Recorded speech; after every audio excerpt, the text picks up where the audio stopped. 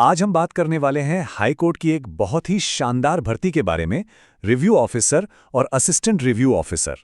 तो चलिए इस भर्ती से जुड़ी हर एक जानकारी को बिल्कुल आसान भाषा में समझते हैं। क्या हाई कोर्ट में एक अच्छी सिक्योर नौकरी पाने का सपना है? अगर जवाब हाँ है, तो ये जानकारी सीधे मतलब की है, क्योंकि एक बहुत ही सुनहरा मौका दरवाजे पर दस्तक दे रहा है। तो चलिए फिर शुरू करते हैं। सबसे पहले ये समझते हैं कि ये रिव्यू ऑफिसर यानी आरओ और असिस्टेंट रिव्यू ऑफिसर यानी एआरओ आखिर होते क्या हैं और ये पोस्ट इतनी खास क्यों मानी जाती हैं। तो देखिए, ये दो पद हैं। एक है समीक्षा अधिकारी आरओ और दूसरा सहायक समीक्षा अधिकारी एआरओ। दोनों ही गजेटेड पोस्ट हैं, मतलब ये सरकार में काफी ऊंचे अधिकारी वाले पद होते हैं। इनमें जो मुख्य अंतर है वो है ग्रेड पे का। आरओ का ग्रेड पे 4800 है तो वहीं एआरओ का 4600। लेकिन दोनों ही बहुत ही सम्मान वाली और जबरदस्त सैलरी वाली नौकरियां हैं।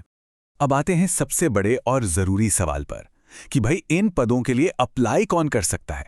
चलिए फटाफट से जो जरूरी योग्यताएं हैं उन पर एक नजर डालते हैं, क्योंकि सारी तैयारी तो यहीं से शुरू होगी।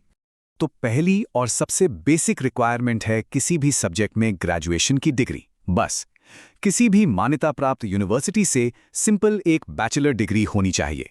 ग्रेजुएशन के साथ साथ एक और चीज है जो बिल्कुल अनिवार्य है, और वो है सीसीसी यानी कोर्स ऑन कंप्यूटर कॉन्सेप्ट्स का डिप्लोमा। तो ये बात गांठ बांध लेनी है कि एक सिंपल ग्रेजुएशन और सीसीसी ये दोनों ही योग्यताएं आपके पास होनी चाहिए। अच्छा, क्वालिफिकेशन की बात तो हो गई। अब जरा उन चीजों की बात करते हैं जिनका सबको बेसब्री से इंतजार रहता है कि भर्ती आएगी कब और इसका एग्जाम कब तक हो सकता है। तो उम्मीद यही है कि इस भर्ती का जो विज्ञापन है वो अप्रैल या मई तक आ जाएगा। और यहाँ सबसे ज़रूरी बात यह है कि विज्ञापन आने के बस 3 से 4 महीने के अंदर अंदर ही परीक्षा भी हो जाएगी। इसका मतलब साफ है, तैयारी के लिए अब और इंतज़ार नहीं किया जा सकता। चलिए अब आते हैं इस पूरी चर्चा के सबसे अहम हिस्से पर, एग्जाम का पैटर्न क्या है। आइए इसे ठीक से समझते हैं कि सिलेक्शन प्रोसेस कैसा होगा और तैयारी की रणनीति क्या बनानी चाहिए। ये देखिए, ये सिलेक्शन प्रोसेस का ऑफिशियल डॉक्यूमेंट है। यहाँ पर जो सबसे खास बात है जिस पे हमें गौर करना है वो ये है कि ये एक सिंगल स्टेज एग्जाम है जिसके 2 हिस्से हैं। इसका मतलब कोई प्री कोई मेंस का झंझट नहीं, बस एक ही दिन में सब कुछ फाइनल हो जाएगा। तो परीक्षा के 2 पार्ट्स हैं और जैसा मैंने कहा दोनों एक ही दिन होंगे। पहला पार्ट है 200 नंबर का एक ऑब्जेक्टिव पेपर यानी एमसीक्यू वाला, जिसके लिए 3 घंटे मिलेंगे, और इसके ठीक बाद 50 नंबर का 20 मिनट का एक कंप्यूटर टाइपिंग टेस्ट होगा।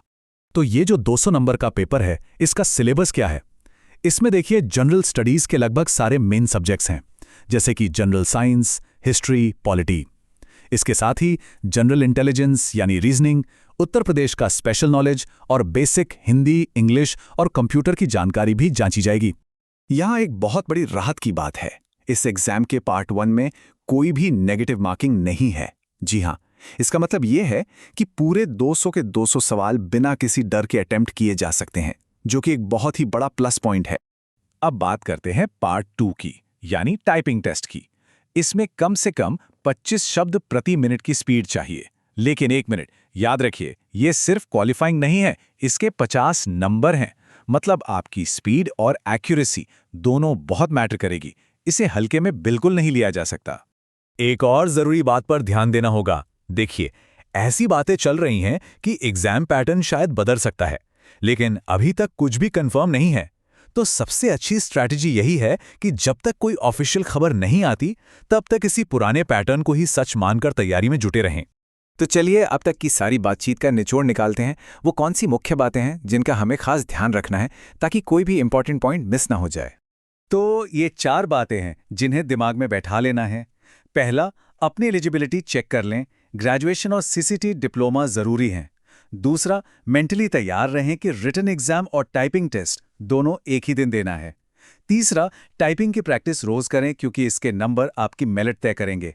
और चौथा, अभी किसी भी अफवाह पर ध्यान मत दीजिए और बस पुराने पैटर्न के हिसाब से तैयारी करते रहिए। तो ये हाईकोर्ट की नौकरी वाकई एक शानदार अवसर है, लेकिन ये भी सच है कि मुकाबला उतना ही कड़ा होगा।